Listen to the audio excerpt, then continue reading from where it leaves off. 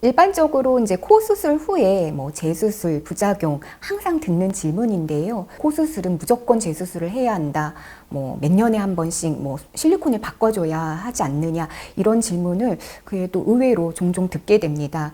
사실 뭐 수술 후에 몇 년 후에 무조건적으로 재수술, 뭐 실리콘 교체를 해야 하느냐, 그것은 아닙니다.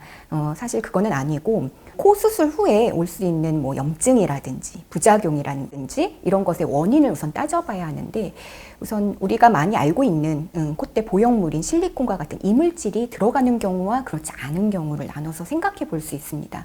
우선은 보형물이 들어가지 않고 코끝만 수술을 하는 경우에는 뭐 수술 후 한 달째쯤까지 별 이상 없고 모양에 만족하신다 하면은 이후에 뭐 염증이 생기거나 뭔가 다른 부작용이 생겨서 뭐 재수술을 하게 되는 케이스는 거의 없다고 보셔도 됩니다. 단지 내 연골이 아닌 뭐 기증 연골이라든지 인공 진피라든지 이물질을 썼을 경우에는 그래도 약간의 소지는 가지고 있습니다. 그래서 그런 경우를 제외하고는 특별히 그거 반드시 일어날 수 있는 일은 아니고요. 두 번째는 이제 이물질, 즉 뭐 실리콘이나 뭐 고어텍스와 같은 보형물을 썼을 경우인데요.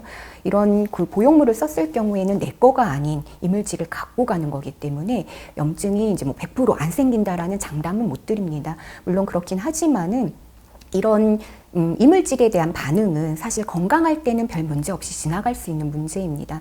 그러나 뭐 내 몸이 컨디션이 안 좋거나 뭐 면역력이 떨어졌을 때 뭐 이런 약간의 염증 반응이 올 수 있는데요. 이런 반응들을 무시하지 않고 그때그때 확인받고 뭐 대처를 한다면 사실 크게 문제될 일은 거의 없습니다.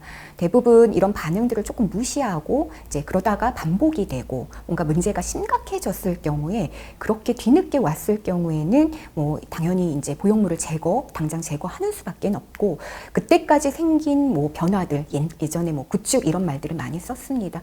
이런 이미 온 변화들은 사실 되돌이킬 수가 없습니다. 그래서 그런 대처를 미리미리 하셔야 하고요. 사실 예전에는 이런 정보들이 많지 않았을 때에는 가끔 볼 수 있는 경우가 있었습니다.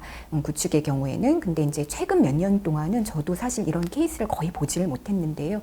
정보들이 워낙 많고 다들 알아서 대처들을 잘 하기 때문에 조금만 이상해도 확인받고 그렇게 가져가시면 사실 이런 일이 일어날 확률도 그렇게 높지는 않습니다. 사실 재수술이 미용적으로 불만족스러워서 재수술하는 케이스가 훨씬 더 많지 문제 뭐 부작용이 생기거나 문제가 있어서 재수술하는 케이스는 그거에 비하면 훨씬 적기 때문에 별 문제 없고 미용적으로 만족한다 하면은 원칙적으로는 평생 유지하는 것이 맞다라고 말씀드릴 수 있습니다.